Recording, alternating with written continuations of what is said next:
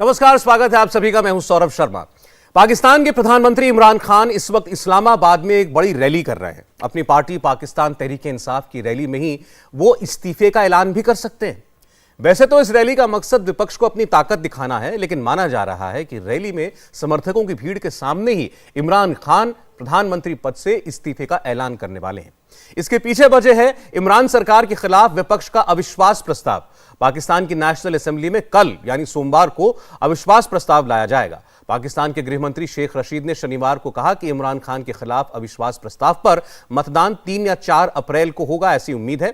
ऐसे में अविश्वास प्रस्ताव में हार की फजीहत से बचने के लिए ऐसा समझा जा रहा है कि इमरान खान आज ही अपनी रैली में इस्तीफे की घोषणा कर देंगे। पाकिस्तान के प्रधानमंत्री इमरान खान को विश्वास प्रस्ताव से ठीक एक दिन पहले करारा झटका लगा है। सरकार जाने के खतरे का सामना कर रहे इमरान खान के कैबिनेट मंत्री शहजान बुख्ती ने इस्तीफा दे दिया है। शहजान बुख्ती बलूचिस्तान की जमहूरी वतन पार्टी के नेता हैं। इमरान खान की सरकार में कैबिनेट मंत्री थे, साथ ही इमरान खान के स्पेशल एडवाइजर भी थे बुख्ती। इमरान खान के खिलाफ सोमवार को पाकिस्तान की नेशनल असेंबली में प्रस्ताव पेश होने वाला है। यह प्रस्ताव शुक्रवार को ही पेश होने वाला था, लेकिन सदन की कार्रवाई स्थगित होने की वजह से इसे सोमवार को पेश करने का फैसला किया गया है। और जो आप तस्वीरें देख रहे हैं, ये इस्लामाबाद में इमरान खान की रैली की तस्वीरें हैं। इमरान खान ने यह कॉल दी थी कल अपने समर्थकों को, कहते हुए कि भारी से भारी तादाद में इस्लामाबाद आपको पहुंचना है, और यहां तक बोल गए थे कि यह अल्लाह का हुक्म है। यानी एक तरीके से उन्होंने लोगों को धर्म का हवाला देकर उनको एक किस्म से इमोशनल ब्लैकमेल करके भी यहां बुलाने की कोशिश की है। दूसरी ओर कई और अपोजिशन पार्टियां हैं, उनके भी कार्यकर्ता इस्लामाबाद पहुंचने लगे हैं। आपको मालूम होगा कि पाकिस्तान की पॉलिटिक्स में इस्लामाबाद को केंद्र बनाकर लगातार कंटेनर वाली पॉलिटिक्स भी चलती है और विरोध जताया जाता है। तो एक बार फिर आप देख रहे हैं इस्लामाबाद में ये हजारों की भीड़ जुटाई है इमरान खान ने। सीधे सीधे शब्दों में आपको बताएं, इमरान खान की सरकार कभी भी जा सकती है और मुमकिन है कि वो खुद ही आज इस्तीफा दे लें। इसकी नौबत इसलिए आन पड़ी है क्योंकि उनकी सरकार माइनॉरिटी में आ गई है। इमरान खान की पार्टी पीटीआई के पास पाकिस्तान की नेशनल असेंबली में पूर्ण बहुमत नहीं है, फुल मेजॉरिटी नहीं है। वो दूसरे छोटी पार्टियों के सहयोग से ये सरकार चला पा रहे थे और उनके पीछे फौज का हाथ भी था, इसीलिए उनकी सरकार 4 साल चल भी पाई। लेकिन अब माना जा रहा है कि उनसे पाकिस्तान की फौज वो नाराज चल रही है और उसने अब सत्ता परिवर्तन का मन बना लिया है। पाकिस्तान में होता वही है जो वहां की फौज चाहती है, और इसीलिए जिसे अब तक कठपुतली सरकार कहा जा रहा था, फौज की कठपुतली सरकार इमरान सरकार को कहते थे सभी, वो कठपुतली सरकार कभी भी गिर जाएगी, ऐसा अनुमान है। और अल्पमत की सरकार का अविश्वास प्रस्ताव में गिरना पूरी तरीके से तय है। पाकिस्तान की पार्लियामेंट का जो कानून है, मैं आपको बताऊं, उसमें जैसे कल ये अविश्वास प्रस्ताव पेश होगा, उसके बाद 1 हफ्ता इस पर बहस चलेगी और 1 हफ्ते के बाद इस पर वोट डाला जाएगा। तो या तो इस 1 हफ्ते में कुछ जुगाड़ कर सकते हैं या जोड़ तोड़ कर सकते हैं इमरान खान, जिसकी गुंजाइश बहुत कम है क्योंकि एक-एक करके उनके बहुत सारे साथी उनसे दूर जा चुके हैं, अपना साथ वापस ले चुके हैं। तो अब अल्पमत की सरकार को कैसे बचाएंगे इमरान, ये देखना है। तो या तो वो 1 हफ्ता वो बहस झेलें, उसमें उनको भी मौका मिलेगा बहुत कुछ कहने का, और उसके बाद वोट में उनकी सरकार गिरे, या आज अपने हजारों समर्थकों के सामने ही वो इस्तीफा दे दें। हमारे साथ कुछ मेहमान जो हैं वो जुड़ चुके हैं। हमारे साथ आरिफ अजाकिया साहब जुड़ रहे हैं, पाकिस्तानी मूल के ह्यूमन राइट्स एक्टिविस्ट हैं। अजाकिया साहब, स्वागत है आपका। हमारे साथ आरजू काजमी जी जुड़ रही हैं, पाकिस्तानी पत्रकार हैं। आरजू, आपका स्वागत है। अब्दुल समद साहब, इमरान खान साहब की जो पार्टी है पीटीआई, उसके स्पोक्समैन हैं, बहुत स्वागत है अब्दुल समद जी आपका भी। और हामिद अल मशरकी साहब, पाकिस्तानी पत्रकार हैं। हामिद साहब का ही मोस्ट वेलकम। तो पहले, चूंकि हमारे यहाँ भारत में बहुत सारे लोग पाकिस्तान की पॉलिटिक्स नहीं समझते, ना फॉलो करते हैं, तो मैं सबसे पहले जानना चाहता हूँ आरजू काजमी जी आपके पास। आरजू, ये बताइएगा कि पाकिस्तान में क्या वाकई सरकार कभी भी गिर सकती है, ऐसे हालात बने हुए हैं? जी बिल्कुल, हालात तो ऐसे ही बने हुए हैं कि किसी वक्त भी जो है वो गवर्नमेंट गिर सकती है और उसको हटाया जा सकता है। जहां तक रेजिग्नेशन का है तो वो तो मुश्किल ही लग रहा है कि रिजाइन हो, लेकिन क्योंकि बहुत कम ऐसा हुआ है कि कोई प्राइम मिनिस्टर जो है इस तरह से जाए। लेकिन बहरहाल वोट ऑफ नो कॉन्फिडेंस जो है वो आ चुका है और कल जो है पता लग जाएगा कि क्या चल रहा है। लेकिन मेरा ख्याल है इमरान खान साहब को जो है वो इज्जत के साथ चले जाना चाहिए और उसके बाद जो उनके ऊपर क्रिटिसिज्म हुई है, जो गलतियां हुई हैं उनकी गवर्नमेंट से, उसको सुधारना चाहिए ताकि दोबारा जब वो आए तो फिर उनसे ये गलतियां ना हो, वो जाहिर है फर्स्ट टाइम थे और पहली दफा में ऐसा हो जाता है, बहुत ज्यादा ब्लंडर्स हुए हैं और इस ब्लंडर्स को बचाना चाहिए उनको, के कहना चाहिए कि ऐसा दोबारा ना हो। लेकिन जाहिर है फौज का आशीर्वाद उनके सर पर है और जब तक आर्मी चाहेगी किसी को भी वो सीट पे रहने देगी और जिस वक्त एस्टैब्लिशमेंट चाहेगी नहीं तो क्या वो आरजू जी वो आशीर्वाद क्या फौज का हट चुका है अब? जी बिल्कुल, लग यही रहा है कि आशीर्वाद हट चुका है और आज का नहीं, काफी टाइम का हटा हुआ है। जब ISI की अपॉइंटमेंट थी उस टाइम पे भी खान साहब साइन नहीं कर रहे थे और इसी किस्म का हमने कई बार क्लैशेस देखे, चाहे वो अफगानिस्तान को लेकर हो चाहे तालिबान को लेकर हो, कई तरह के क्लैशेस जो है इमरान खान साहब के साथ रहे हैं। अभी हालांकि वो अभी भी बड़ी कोशिश कर रहे हैं बताने की कि फौज मेरे साथ है और फौज को न्यूट्रल नहीं होना चाहिए, लेकिन इस वक्त फौज पीछे की तरफ हट चुकी है। एक वीडियो भी उन्होंने रिलीज की है इमरान खान ने, जिसमें मुख्तलिफ रिटायर्ड फौजियों को दिखाया गया है जो ये कह रहे हैं कि हम इमरान खान के साथ हैं। अब ये बताने की कोई खास उन्हें जरूरत नहीं थी, लेकिन बहरहाल ये चीज ये साबित कर रही है कि अगर वाकई में वो सब इनके साथ हैं, जो वीडियो उन्होंने रिलीज की है, तो इसका मतलब एस्टेब्लिशमेंट में भी दो ग्रुप्स हैं, जो एक तो इनका साथ दे रहा है और एक नहीं दे रहा। अब ये कहां तक बात आगे जाती है ये तो कल ही पता लगेगा। अच्छा देखिए, मैं समद साहब के पास जाना चाहता हूं क्योंकि ऑफिशियली पार्टी से हैं। यहाँ भारत में भी हुआ है, हमने भी देखी है कोलिशन गवर्नमेंट्स, जब किसी पार्टी को मेजॉरिटी नहीं मिलती है और उसमें ऐसी सरकारें जल्दी गिरती भी हमने यहाँ पर भी देखी हैं। मैं आपसे समझना चाहता हूँ पाकिस्तान में इस वक्त क्या पॉलिटिकल हालात हैं, क्या वाकई आपकी सरकार माइनॉरिटी में है और अभी भी आप क्या कोशिश में हैं आपकी पार्टी इमरान खान की मेजॉरिटी फिर किसी तरह हासिल करे या उम्मीद छोड़ दिए? समझ साहब आपकी आवाज नहीं आ रही, चेक कर लें कहीं म्यूट तो नहीं है सिस्टम। देखें, आपकी पार्लियामानी सिस्टम हो या हमारा पार्लियामानी सिस्टम हो, इसमें मेजॉरिटी ऑब्वियसली मैटर करती है, नंबर गेम्स होती हैं, यहाँ पे अददी बात आती है, आंकड़े की बात आती है। उसमें अगर नंबर्स इंटैक्ट नहीं रहते तो डेफिनेटली कोई भी गवर्नमेंट जो होती है वो सरवाइव नहीं कर सकती। और इसमें अगर ऑपोजिशन वो कर रही है तो कॉन्स्टिट्यूशनल फ्रेमवर्क में रह के कर रही है, लेकिन उस कॉन्स्टिट्यूशनल फ्रेमवर्क में जो उनकी मूव है वो देखना ये पड़ेगा कि वो किसके इशारे पे है, वो कोई इंटरनेशनल एस्टेब्लिशमेंट में ये रोल को प्ले कर रहा है, वो किसी और की डुगडुगी पे नाच रहे हैं, या असल उनके मोटिव्स क्या है। बेसिकली तो वो अपनी उस करप्शन को, अपने जो उनका एजेंडा है, जो उनका इंटरेस्ट है हमेशा से, उसको वो बचाने के लिए आते हैं, उसी के लिए वो सियासत करते हैं। उनमें जो चीजें आपके सामने ही है बिल्कुल। तो अगर आप ये कहना चाह रहे हैं कि गवर्नमेंट ने या प्राइम मिनिस्टर ने क्या एफर्ट ऐसी की है कि जी ये नंबर इंटैक्ट वो रख पाए, देखें हमारे पास बड़ा आसान तरीका था कि हम फंड्स इशू कर देते, डेवलपमेंट फंड्स इशू कर देते, फर्दर मिनिस्ट्रीज इशू कर देते, कैबिनेट एनहांस कर देते, साइज बड़ा कर लेते, ये सारे लोग हमारे साथ रहते। क्योंकि कभी भी पाकिस्तान में अदम एतमाद मोशन जो है ये कभी भी कामयाब नहीं हुआ उसकी वजह, लेकिन हमने वो ऑप्ट नहीं किया।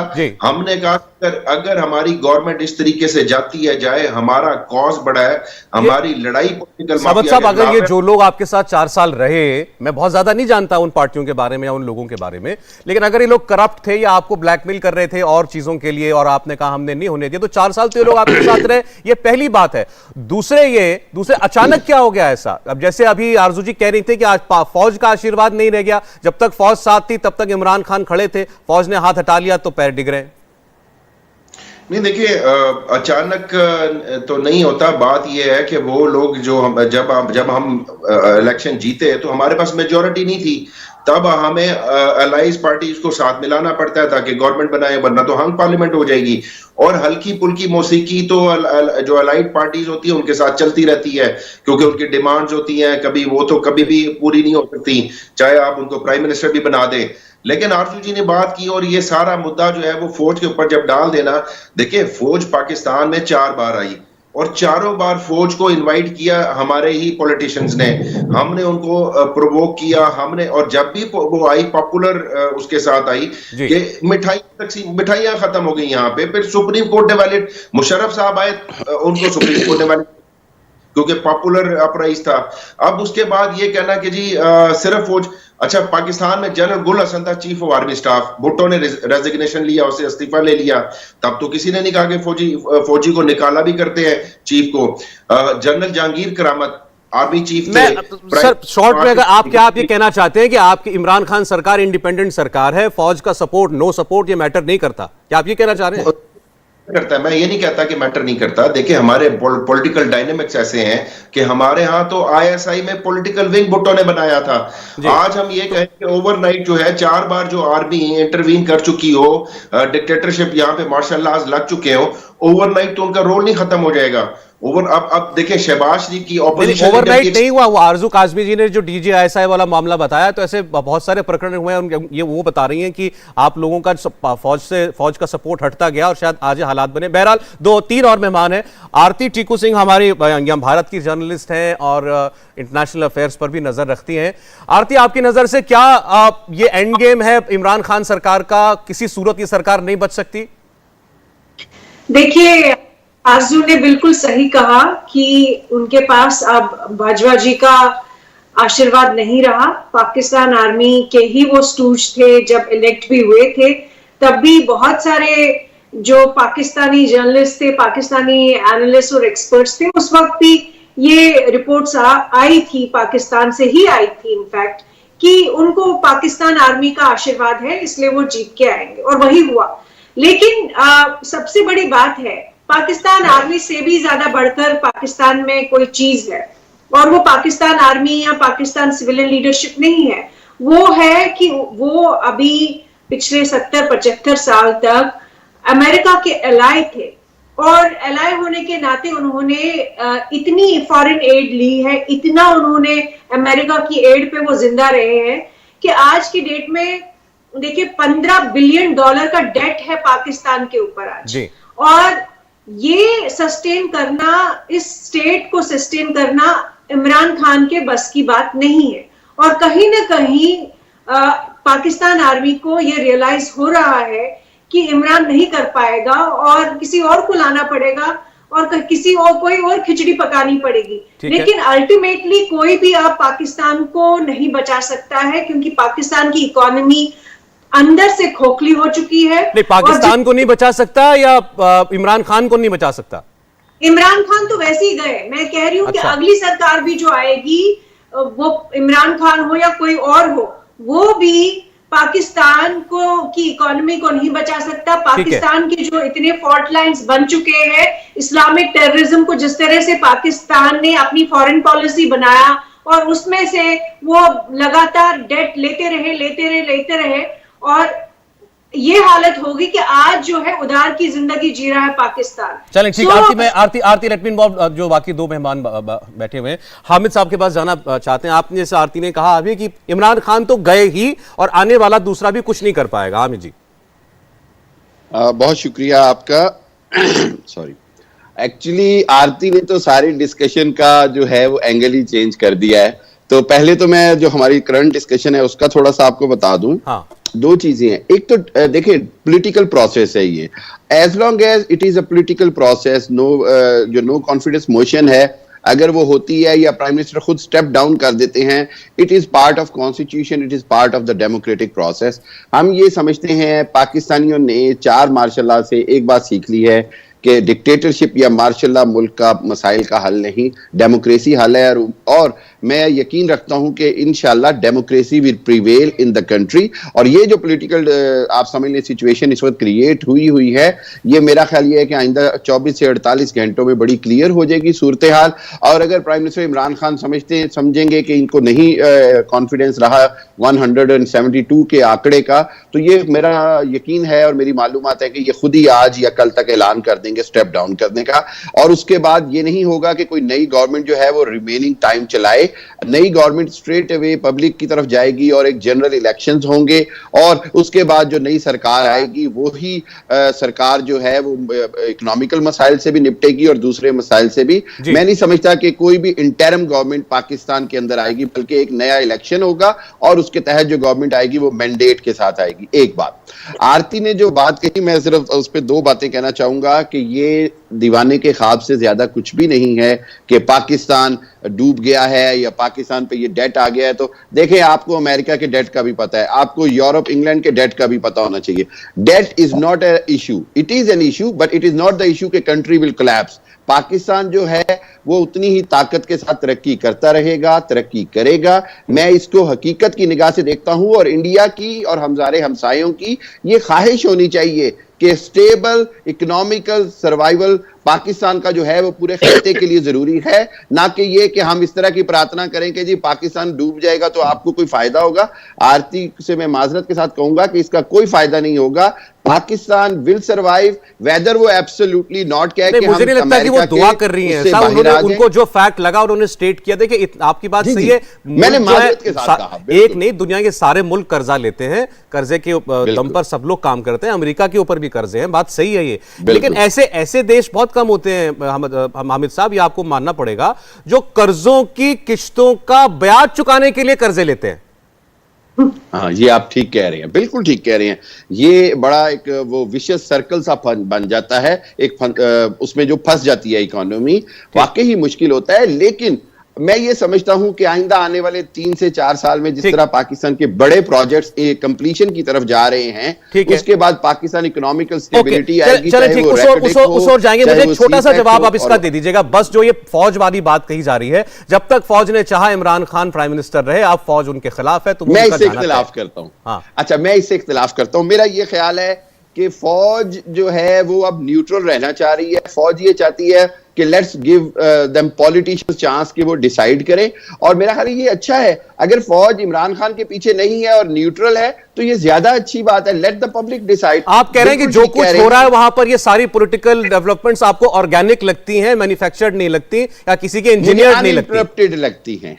ऑर्गेनिक नहीं कहूंगा, अनइंटरप्टेड कह दूंगा, कहीं और से इंटरप्ट नहीं हो रही। ठीक है आरिफ साहब, क्या आपका अंदाजा है होने जा रहा है इमरान खान के साथ?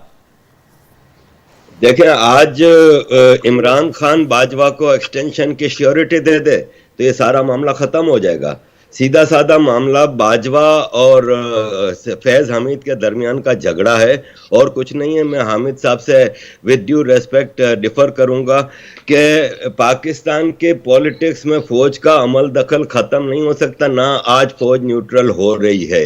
पाकिस्तान में 4 बार डायरेक्ट मिलिट्री ने रूल किया है, बाकी पीरियड में भी मिलिट्री ने ही रूल किया है। इमरान खान को लाए थे, इमरान खान के पास मेजॉरिटी नहीं थी, तो फौज के ग्रुप हैं। ये MQM पाकिस्तान फौज का बनाया हुआ ग्रुप है, ये पाकिस्तान मुस्लिम लीग का फौज का बनाया हुआ ग्रुप है, और बाप बलूचिस्तान अवामी पार्टी भी फौज का बनाया हुआ ग्रुप है, जिन्होंने इन 3 ग्रुप्स ने इमरान खान को सपोर्ट दिया था। फौज के कहने पे ये लोग निकले हैं। पाकिस्तान की पॉलिटिक्स में एक लोटे होते हैं जो इलेक्शन से पहले या किसी भी मामले से पहले फौज के पास जाके पूछते हैं कि माई बाप अगली बार किसको सरकार देनी है ताकि हम उस पार्टी में शामिल हों। तो PTI में शामिल हुए थे 51 लोटे। मैं 2018 के इलेक्शन से पहले 51 लोटे। ये फवाद चौधरी लोटा है, ये शेख रशीद लोटा है, ये सारे लोटे हैं। ये सब दूसरी पार्टियों से आए हुए। शाह महमूद कुरैशी पीपल्स पार्टी का फॉरेन मिनिस्टर रहा है। ये सब लोटे इमरान खान की पार्टी में शामिल हुए फौज के इशारे पे। आज फौज के इशारे पे कुर्सी हिला रहे हैं इमरान खान के।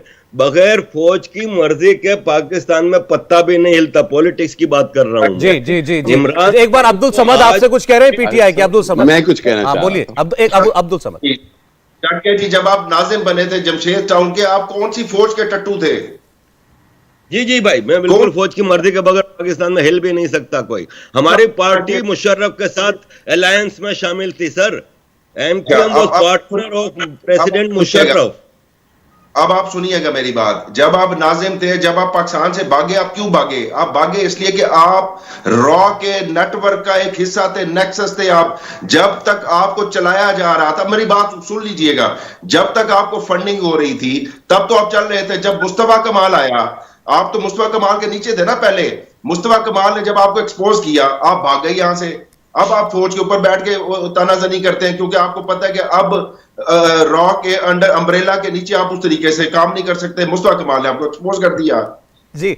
बड़ी पहचान छुपा के रखते हैं आरिफ साहब, रॉ के एजेंट उनको बता रहे हैं। मैं थी और कराची में सारी एक्टिविटीज करती थी, तो मैं तो कराची में 2 साल रहा हूं। अल्ताफ हुसैन लंदन में रहते थे। यही मुस्तफा कमाल जैसे लोग रॉ को चला रहे थे ना।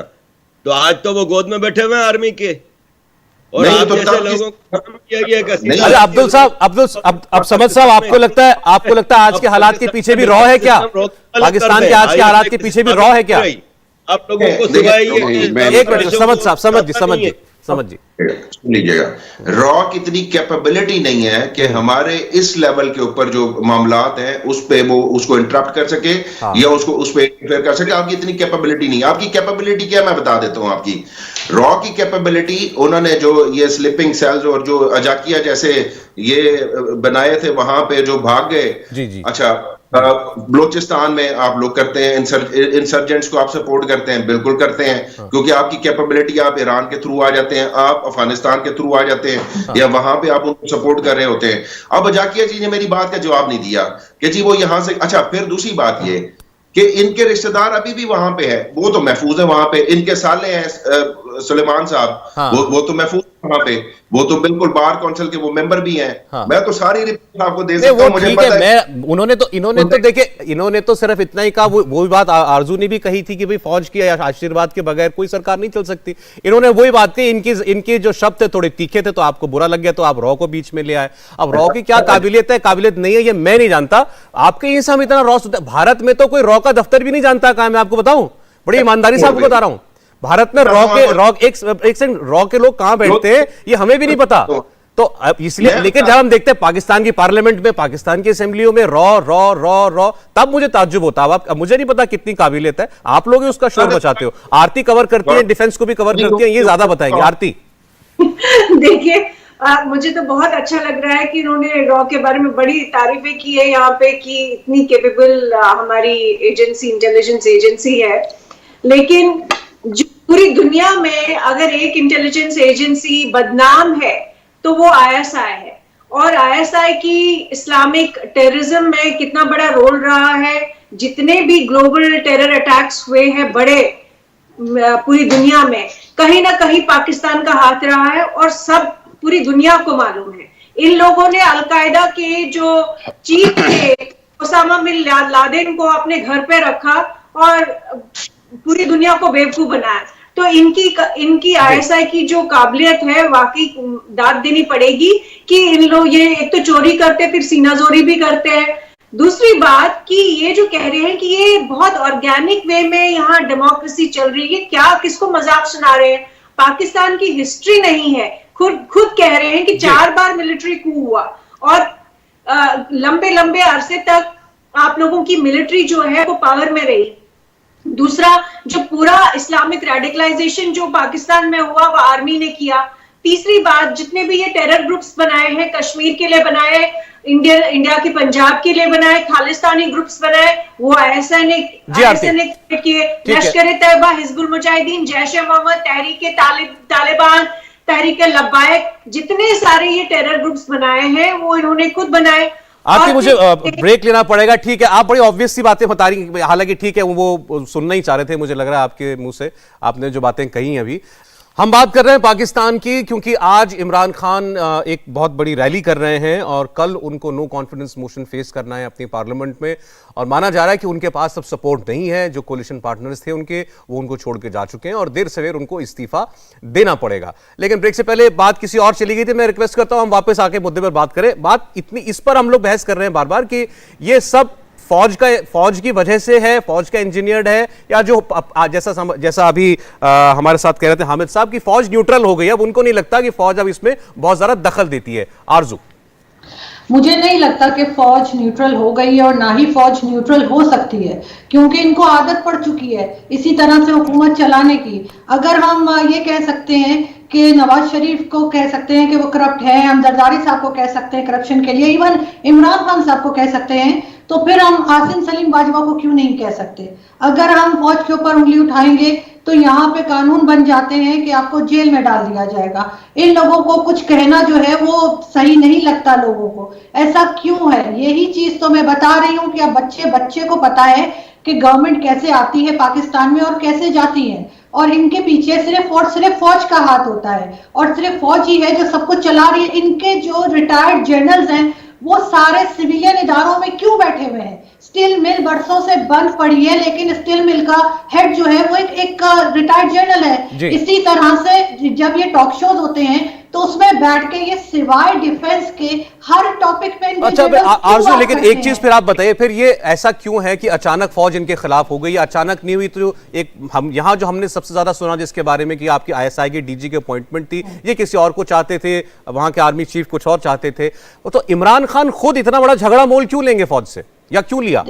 देखिए इमरान खान साहब जो हैं उन्होंने जो चीजें भी हैंडल करने की कोशिश की, चाहे वो फॉरेन पॉलिसी हो चाहे इकोनॉमी हो, वो बुरी तरह से नाकाम रहे। कब तक दूसरों से पैसे मांग मांग के मुल्क चलेगा? पहले भी पैसे लिए जाते थे, ऐसा नहीं कि पहले नहीं था, लेकिन जितना ज्यादा एक्सपोज इमरान खान साहब के टाइम में हो गया, चाहे उनकी नादानी हो, उनका भोलापन हो, कुछ भी कह लें, लेकिन उन्होंने बहुत ज्यादा इन चीजों को एक्सपोज कर दिया। तो जाहिर है यही चीज जो है फिर फौज के ऊपर भी सवाल उठने लगे, बार बार कहा जाने लगा कि इनको फौज लाइए।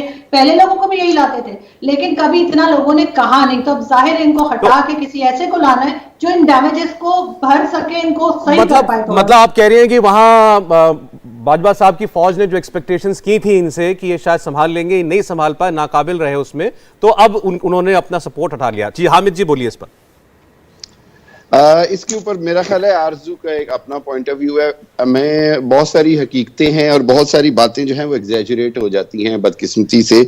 इसके अंदर मैं सिर्फ यही कहूंगा कि जो मौजूदा सूरत हाल है इसके अंदर पॉलिटिकल प्रोसेस शेल कंटिन्यू। बस 5 सेकंड बस, ये जो आप टीवी जो तस्वीरें देख रहे हैं इस्लामाबाद से, इमरान खान अब लाइव बोल रहे हैं वहां पर, आप उसकी लाइव पिक्चर्स देख रहे हैं, और मौका मिला तो हो सकता है हम कुछ उसका हिस्सा सुनाएंगे भी। जी कंटिन्यू।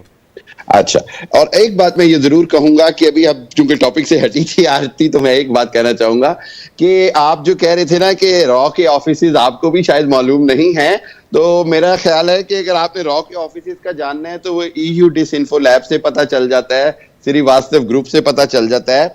ISI फोबिया जो है वो इंडिया के लिए भी बड़ा खतरनाक है। इंडिया को इस फोबिया से बाहर आना पड़ेगा, क्योंकि हमने जहां एक यूनाइटेड नेशन में 15 मार्च को इस्लामोफोबिया के खिलाफ तो हमने डे एक्सेप्ट करा लिया, और it is a great achievement of Pakistan in United nation. तो मेरा ख्याल है कि इंडिया के अंदर भी हमें कोशिश करनी चाहिए कि ISI फोबिया के खिलाफ भी हम कोई डे सेलिब्रेट करवा लें, ताकि आप इस फोबिया से बाहर आए। ISI कोई आपके तरफ नहीं हर वक्त होती, ना ही मैं कहता हूँ रॉ हर वक्त होती है। We need to work on harmony. Honestly speaking, अगर हम इस पे काम कर लें, हम दोनों मुल्कों की जो सेना है उसको भी आराम मिल जाएगा, और जो जनता है वो तो क्लोज हो जाएगी। वो टाइम मैं आपको बताऊं, वो हारमोनी की आप बात कर रहे हैं ना, वो हारमोनी की का मौका आपको 75 साल मिला। आप लोगों ने क्या किया? 4 वॉर्स किए, कन्वेंशनल वॉर्स इंडिया के साथ, और आपने जम्मू एंड कश्मीर में आतंकवाद फैलाया। 32 साल मैं आपको बताता हूं, आपने क्रॉस बॉर्डर टेररिज्म करवाया। देखें मैं आपको बताऊं, मैं नहीं आपकी तरह क्रॉस बॉर्डर टेररिज्म पे आप बात करेंगे तो मैं जो आपके जो 35 जो फौरन वहां पर काबुल में थे वो सारे टेररिज्म ही ला रहे थे पाकिस्तान में। प्लीज आईना देख लीजिए, और इंडिया को फोबिया नहीं है, पूरी दुनिया को फोबिया है। अगर आप टेररिज्म की बात करेंगे तो पाकिस्तान ने इंडियन टेररिज्म को सबसे ज्यादा सफर किया है। आप लिस्ट में आप लोग क्यों हैं? अच्छा, मैं इस पे कहना चाहता हूँ एक सेकंड में, बिकॉज हम लोग आज पाकिस्तान के पॉलिटिकल हालात डिस्कस कर रहे हैं। आरती आप जितनी भी कोशिश कर लेंगे कि आप इनको मनवा नहीं पाएंगे, ये आप भी जानती हैं। आप जो कह रही हैं वो कबूल तो कर नहीं लेंगे। बताना चाह रहा हूँ, ISI के रिप्रेजेंटेटिव बन के बैठे हैं इधर, ये मुसलसल फौज को ही डिफेंड कर रहे हैं। ये नहीं ऐसी बात नहीं है, मैं सिर्फ उस खौफ से आपको बाहर लाना चाह रहा हूँ जो इंडियन पब्लिक मीडिया में या पब्लिक में परसेप्शन बिल्ड की जा रही है। हामिद साहब, मैं इंडियन मीडिया ही हूँ, मैं ही कह रहा हूँ, छोड़िए, मैं तो कह रहा हूँ इस बात से आगे बढ़िए। बात ये हो रही थी, बात ये फौज की बात इसलिए उठी क्योंकि आपके यहाँ आप सबने कबूल किया 4 बार सीधे जनरलों ने रूल किया है, और उसके बाद आप ही के पॉलिटिशियंस कहते आए कि अब वो बैकडोर से रूल कर रहे हैं। आप ही के विपक्ष के लोग, अपोजिशन के लोगों ने इनको कठपुतली कहा, कठपुतली सरकार कहा। तो ये बातें हमारी तरफ से नहीं आई हैं, या आप ही की तरफ से आई हैं? बिल्कुल ऐसे ही है, बिल्कुल आप ठीक कह रहे हैं। ये मैं अपनी जो हमारी जो इंटरनल वीकनेस है मैं उससे इनकार नहीं करता कि बदकिस्मती से हमारे खुद पॉलिटिशियंस हैं जिन्होंने बहुत सारे अच्छे मौके अपॉर्चुनिटीज को जाया किया, और छोटे से फायदे के लिए उन्होंने खुद फौज को इक्तदार दिया। अच्छा, इतना और बता दीजिए, मैं फिर नेक्स्ट मेहमान पर जाऊं। इमरान खान ने 4 साल जो काम किया, वो इंडिपेंडेंट व्यू दीजिए, वो किसी को कैसा लगा, छोड़िए लोगों को कैसा लगा है?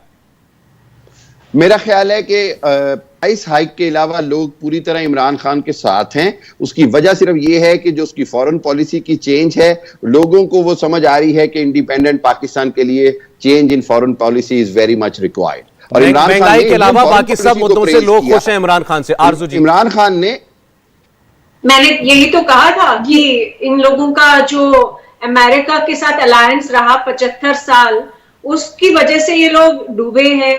और इन लोगों ने जो इस्लामिक टेररिज्म की जो फॉरेन पॉलिसी बनाई, वो उनको ले डूबी है। अब इमरान खान 75 साल के बाद मोदी जी को उन्होंने इतनी गालियां निकाली, पूरे 4 साल में सिर्फ एक ही काम था उनका, हर प्लेटफॉर्म पे जाना, इंटरनेशनल प्लेटफॉर्म पे जाना, इंडिया को गालियां निकालना, हिंदुओं को गालियां निकालना, मोदी जी को गालियां निकालनी, और फिर कहते हैं कि इनके साथ क्या हुआ। इनके साथ वही हुआ बेसिकली जो ये इंडिया के लिए चाहते थे। इनके साथ ये प्रॉब्लम है कि इमरान खान ने कुछ भी इकोनॉमिक लेवल पे जीरो काम किया। उन्होंने देखिए सीपेक जो इन्होंने शुरू किया था चाइना के साथ, उसके कोई बेनिफिट्स नहीं है, उल्टा उसमें और भी कर्जे में डूब ले गए। आप कह रहे हैं इमरान खान की ख्वाहिश ही पूरी हुई है, बस वो वाली जो इंडिया के लिए चाहिए थी वो खुद के लिए हो गई पूरी। इमरान खान का सत्ता से जाना तय लग रहा है। इस वक्त वो रैली कर रहे हैं इस्लामाबाद में, उन्होंने बुलाया वहां अपने समर्थकों को। एक बार जरा सुनते हैं थोड़ा बातें उन्होंने क्या कही है।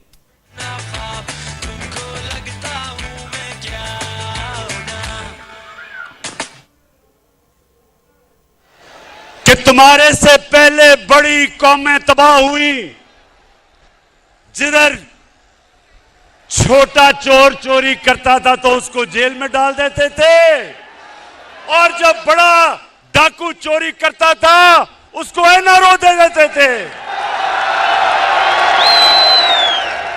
ये मेरे पाकिस्तानियों, ये सिर्फ पाकिस्तान की बदकिस्मती नहीं, ये सारी दुनिया में डेवलपिंग वर्ल्ड, गरीब मुल्कों की सबकी ये बदकिस्मती है। कोई भी गरीब मुल्क इसलिए गरीब नहीं।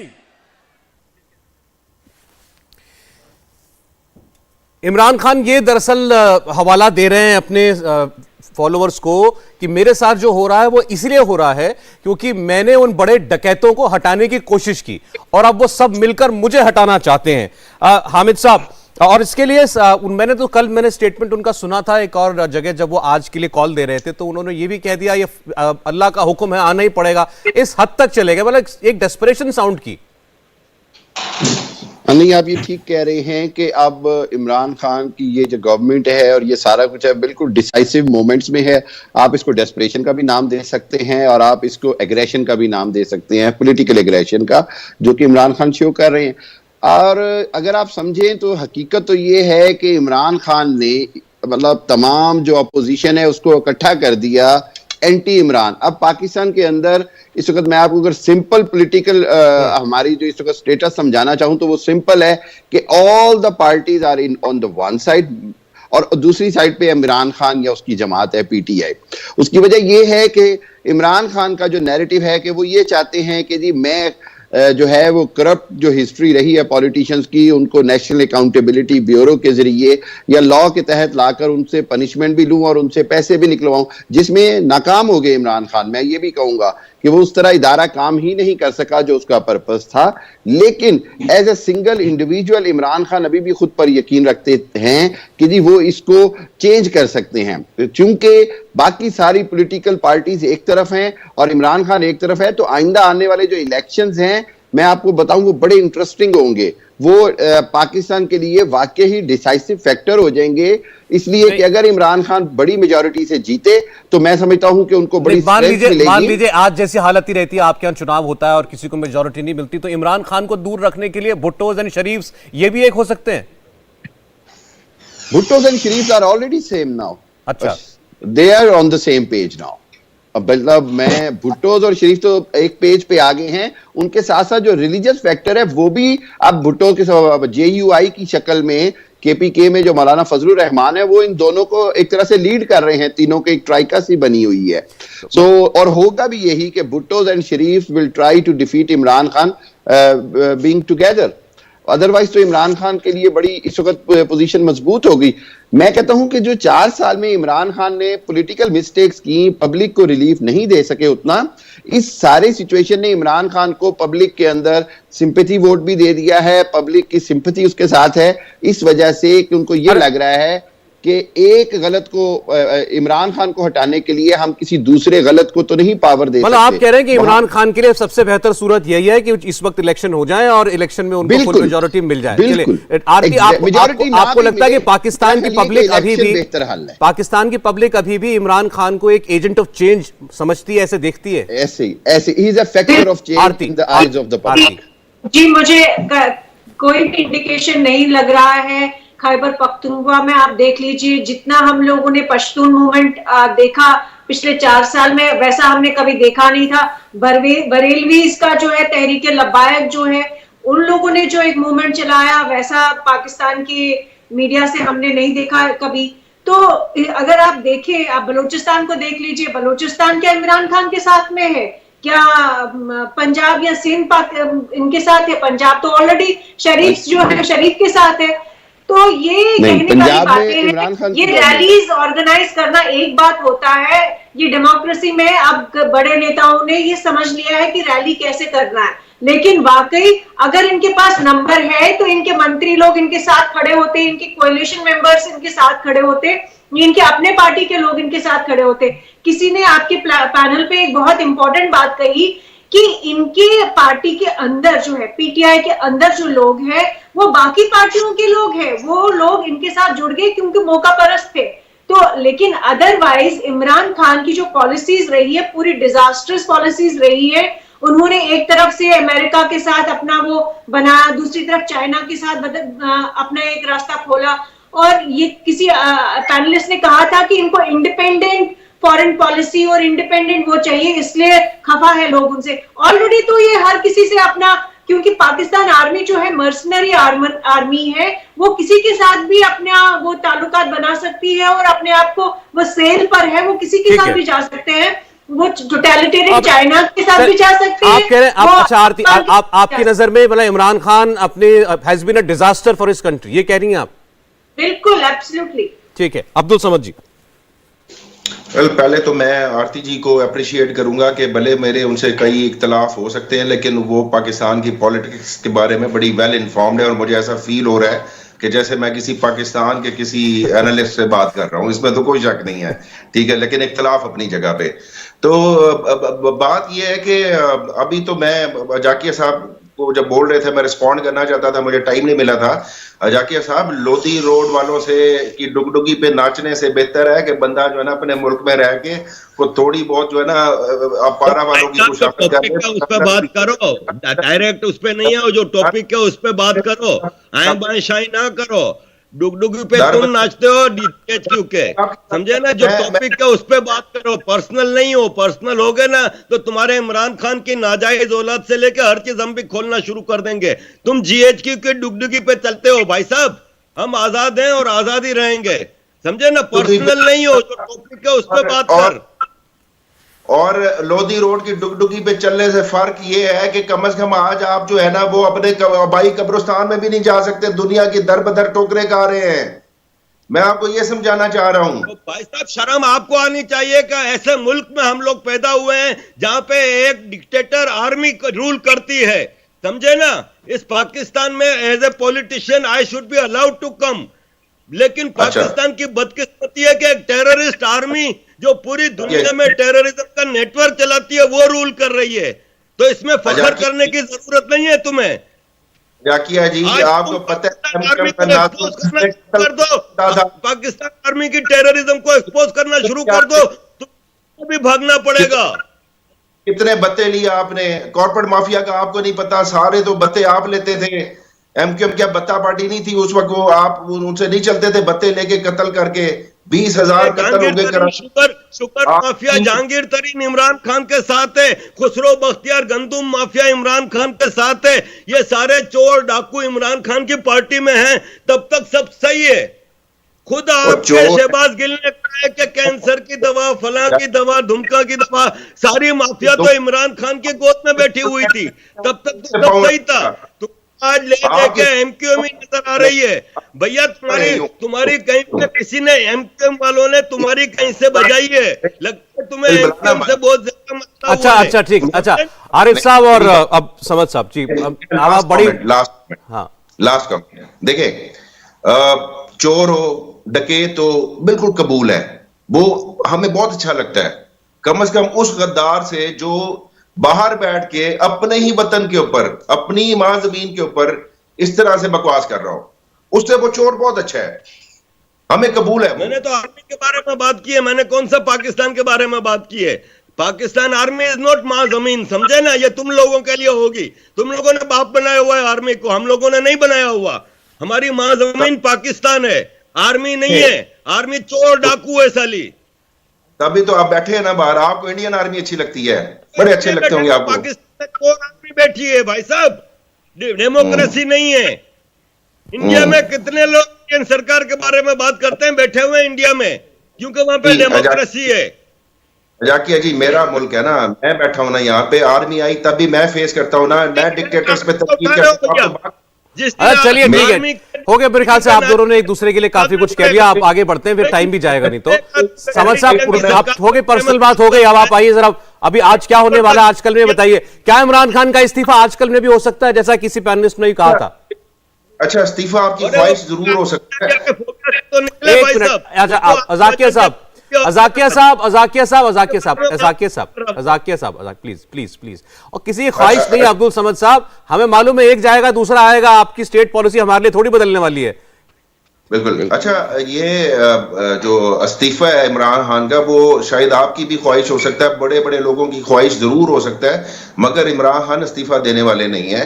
यहाँ पे कुछ सरप्राइज और आपको जरूर मिल सकता है, लेकिन इमरान खान इस्तीफा कैटेगोरिकली आपको बता रहा हूं कि कतई नहीं देंगे। आप फांसी, चलिए जो बात आप कह रहे हैं वो अभी इमरान खान ने भी कह दी है, क्योंकि आप तो हमारे साथ इस डिबेट में, तो आपने भी नहीं सुना होगा। इमरान खान ने अभी कहा है कि 5 साल का अपना जो टर्म है वो उनकी सरकार पूरा करेगी और दुनिया देखेगी किस तरह से पाकिस्तान बदला है। तो इमरान खान अपने लोगों के सामने कह रहे हैं कि कोई कुछ भी कहे, हम अपना टर्म पूरा करेंगे। मेरे ख्याल में पूरा 1 साल बाकी है उनके टर्म में, कि ये उनकी खाम ख्याली है हामिद साहब, या ऐसा कुछ बन सकता है मामला? कि पाकिस्तान की जो पॉलिटिक्स है उसके अंदर 6 घंटों में भी कुछ हो सकता है, 24 घंटों में भी कुछ हो सकता है। अगर आप आंकड़े देखें तो बिल्कुल इमरान खान की गवर्नमेंट जो है वो टच एंड गो की सिचुएशन में है, लेकिन अगर इमरान खान के पास कोई ट्रम्प कार्ड है, कोई तुर्क का पता है, तो वो हमें आइंदा 24 घंटों में पता चल जाएगा। वरना मैं ये समझता हूं कि इमरान खान को भी ये चाहिए कि अगर वो समझते हैं कि वो मेजॉरिटी खो चुके हैं, तो अगर वो पब्लिक के पास चले जाएंगे तो उनके लिए घाटे का सौदा नहीं होगा बल्कि फायदे का सौदा होगा। और ये बात पार्टी भी जानती है, इमरान खान की पार्टी भी जानती है। लेकिन अगर इमरान खान के पास कोई ऐसा पता है जिससे वो मेजॉरिटी बरकरार रख सकते हैं, तो as long as it is a democratic process. वो पत्ते तो सारे आप ही को मालूम है, हमें तो यहाँ पता नहीं, वो कोई कई सारे छोटे छोटे पत्ते भी होते हैं, ऐसा कुछ है क्या वहां पे? छोटे छोटे पत्तों का अब टाइम नहीं रहा, आपको कोई बड़ा ही पत्ता अच्छा आएगा, ये मैं आपको बता दूं। छोटे पत्तों की गेम नहीं रहेगी। ठीक है, लेकिन बड़ा कॉन्फिडेंस दिखा रहे हैं आरती वो। ठीक है, नेता है, नेता तो अपने लोगों के सामने जाके बोलता ही है, लेकिन फिर भी कहना कि भाई मैं नहीं जा रहा, पहले कह चुके मैं आखिरी बॉल तक खेलूंगा, क्या लगता है अंजाम? Last word. देखिए, मैं मानती हूं कि इमरान खान लास्ट बॉल तक खेलेंगे, क्योंकि क्रिकेटर रह चुके हैं और उनको अपनी एक ईगो भी है, और उनको ये भी कहीं ना कहीं बिट्रेयल लग रहा है कि आर्मी के कहने पे उन्होंने पॉलिटिक्स ज्वाइन की, आर्मी के कहने पे उन्होंने यहाँ तक आ गए, प्राइम मिनिस्टर बने उनकी ब्लेसिंग से, तो अब उनको कहीं ना कहीं धोखा भी लग रहा है। तो ये वो विक्टिम कार्ड के बलबूते पे मुझे लगता है 1 साल तो निकाल सकते हैं, कुछ करके वो निकाल सकते हैं, इधर उधर पैसा जोड़ के भी कर सकते हैं। जितने लोग उनके साथ जुड़े थे, वो जो जाने की भी दे रहे हैं, उनको वापस ला सकते हैं। लेकिन 1 साल के बाद भी आप ये देखिए कि इमरान खान दोबारा पाकिस्तान के प्राइम मिनिस्टर नहीं बनने वाले। ठीक है आरती, ठीक, आप कह रहे हैं कुछ हो जाए वो दोबारा तो नहीं बनेंगे, इस बार खींच खांच के हो सकता है कुछ वक्त के लिए बचाने की कोशिश कर लें और कामयाब भी हो जाए, लेकिन अल्टीमेटली उनको जाना ही पड़ेगा। देखते हैं, हमारी नजर इस पर रहेगी। बहुत शुक्रिया लेकिन आरती टीकू जी, आरिफ ज़ाकिया साहब, अब्दुल समद साहब, हामिद अल मशरकी साहब, आपका जुड़ने के लिए। इंडिया टीवी हर वक्त हर जगह डाउनलोड करने के लिए सर्च करें India TV news Google play store या ऐप स्टोर पर।